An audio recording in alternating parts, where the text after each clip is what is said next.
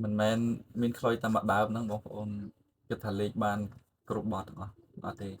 ហើយបងប្អូនចំណាំសួរថាមកខ្លុយម្ដើមអាចលេខបានគ្រប់បទដែរអត់បងប្អូនយកខ្លុយទៅម្ដើមសិនហើយសាកផ្លុំឲ្យគ្រប់បទមើលតើផ្លុំបានគ្រប់បទដែរអត់អញ្ចឹងចំបកស្រាយចម្ងល់ជូនបងប្អូនទាំងអស់គ្នាបាទជំរាបសួរពុកម៉ែបងប្អូនទាំងអស់គ្នាអឺសំណួរមួយនេះគឺបងប្អូនចំណាំទៅសួរខ្ញុំច្រើនមែនទែនតើតើជាមួយនឹងការលេងខ្លុយអញ្ចឹងខ្ញុំសូមបកស្រាយថាបងប្អូនមានខ្លុយតាមម្ដើមมันអាចលេងគ្រប់បទបានទេលុះត្រាតែបងប្អូនមានខ្លុយមើលចាប់ពី2ទៅ3ដើមអានេះយើងអាចលេងប្រគំជាមួយនឹងគេបានដែរហើយមួយវិញទៀតខ្លុយក៏វាមានតាមតង់ដូចយើងច្រៀងដូច piano ដូចអីណាវាមាន do re mi fa sol la si do ដូចគ្នាអញ្ចឹងក្នុងម្ដើមបងប្អូនគិតថាអាចលេងបានគ្រប់បទគឺអត់ទាន់ត្រូវទេព្រោះអីខ្លុយគេមានមូលដ្ឋានរបស់គេយើងចាប់ផ្ដើមពីតុងបាទដូរ៉េមីហ្វាសូឡាស៊ីទៅអញ្ចឹងណាអញ្ចឹងវាមានតាមតុងដូចចម្រៀងអញ្ចឹងក្នុងម្ដើមវាមានមួយតុងហើយមួយតុងរបស់វាមានគ្រួសារអក្សររបស់វានៅក្នុងហ្នឹងហើយអ្នកធ្លាប់រៀនភ្លេងឬក៏បងប្អូនដែលចេះភ្លេងគាត់យល់អំពីគ្រួសារអក្សរហ្នឹងហៅ family chord ហ្នឹងណាអញ្ចឹងឧទាហរណ៍ខ្ញុំបង្ហាញខ្លុយតុងរ៉េ major មួយខ្លុយតុងរ៉េអឺមានន័យថាវាបន្ទាប់ពីតុងដូមកអញ្ចឹងវាសំឡេងខ្ពស់ហើយតុងរ៉េ major នេះពេលដែលបងប្អូនចាប់អាគ័ររ៉េនៅក្នុង piano ឬក៏ guitar អីយើងមានអាគ័រចូលរួមផ្សេងៗជាច្រើនដូចជា Fa ឬ Fa jazz minor ឬក៏តុង Sol អីចឹងទៅអានឹងតាមអឺការចាប់របស់យើងមើលឃើញជាក់ស្ដែងហើយចំពោះខ្លុយដូចគ្នាមានន័យថាក្នុងមួយដើមយើងអាចលេងបានមួយតុងអញ្ចឹងចម្រៀងមួយបទហ្នឹងគេលេងតុងឲ្យគេឧទាហរណ៍គេលេងតុងរ៉េយើងយកខ្លុយតុងរ៉េទៅលេងទៅអាហ្នឹងគឺត្រូវតែបើសិនជាយើងយកខ្លុយតុងដូមកលេងជាមួយនឹងបទហ្នឹងចម្រៀងតុងរ៉េលេងអត់ត្រូវគ្នាទេខ្លុយផ្លែ3ឬក៏ខ្ញុំហៅថាតុង si bemol ឬក៏ sol minor ហ្នឹងវានៅជាមួយគ្នានឹងឯងបាទតុង fa major នៅក្នុងហ្នឹងអញ្ចឹងពេលដែលយើងលេងទៅលេងsi bemol ឬក៏ sol minor ស្រាប់តែយើងបត់ហ្នឹងគេលេងតុង sol minor យើងយកខ្លុយតុងដូមកលេងក៏លេងអត់ត្រូវដែរយើងយកខ្លុយតុង la major មកលេងក៏អត់ត្រូវយកខ្លុយតុង re មកលេងក៏អត់ត្រូវដែរអញ្ចឹងមានន័យថាខ្លុយមួយដើមគឺវាមានតែមួយតុងទេទាមទារឲ្យបងប្អូនបើសិនជាចង់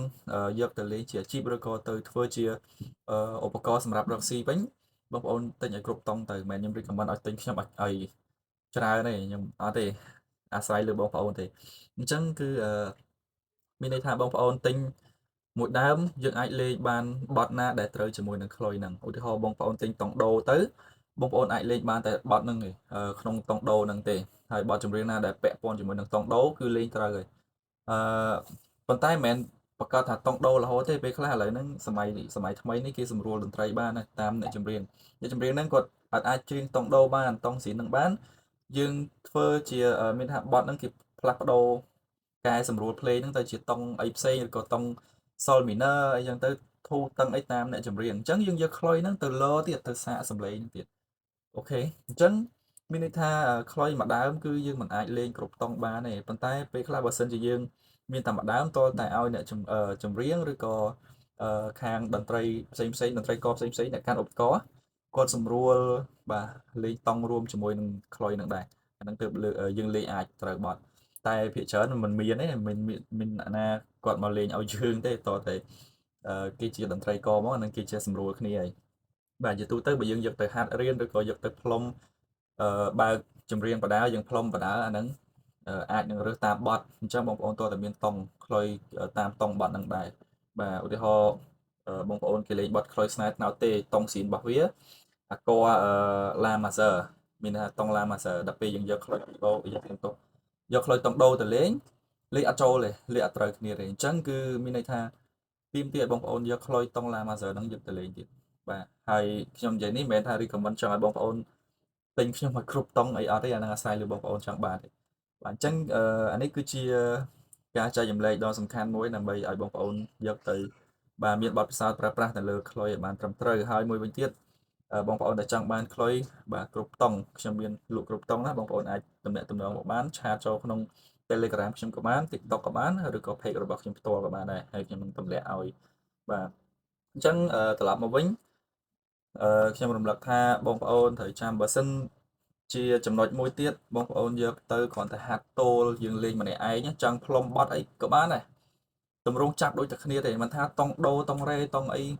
គឺចាប់តម្រង់ដូចតែគ្នាហ្នឹងបាទសំខាន់ឲ្យតែបងប្អូនចង់លេងតូលឬក៏បើសិនជាយើងចង់លេងជាមួយបទចម្រៀងតើយើងដូរខ្លុយដូចខ្ញុំនិយាយមុនហ្នឹងជិតអូខេឥឡូវខ្ញុំសាក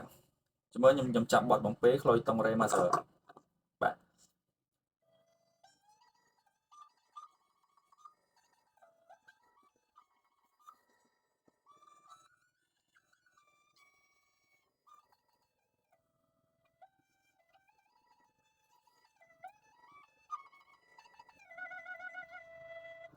បាទបន្ទាប់មកទៀតខ្ញុំសាក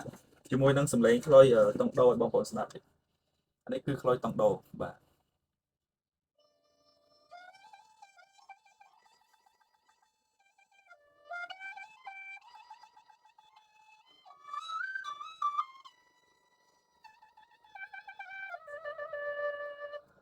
បាទសំឡេងចាប់ផ្ដើមខុសគ្នាហើយឥឡូវខ្ញុំសាកជាមួយនឹងខ្លុយផ្លែ3 sol minor ឬក៏ si bemol នឹងឯង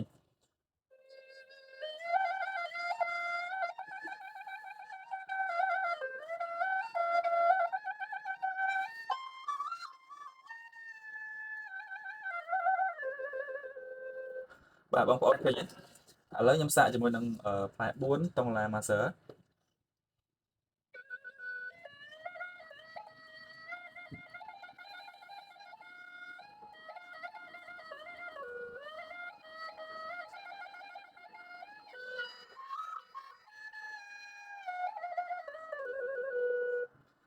បាទគឺខុសគ្នាដាច់ណាបងប្អូនសំឡេងគឺខុសគ្នាដាច់អញ្ចឹងមិនមែនបងប្អូនអាចលេងបានមានន័យថាលុះត្រាតែបងប្អូនលេងតូលលេងម្នាក់ឯងណាតែបើយើងលេងជាមួយនឹងសាច់បទឬក៏ចាក់ចម្រៀងបដាយើងផ្លុំបដាតាមចម្រៀងបងប្អូនត្រូវតែមានខ្លុយបាទច្រើនជាងនេះឯងអូស្អីទៀតអញ្ចឹងគឺវីដេអូនេះមានតែប៉ុណ្្នឹងខ្ញុំចែករំលែកបានប៉ុណ្្នឹងអរគុណច្រើនបងប្អូន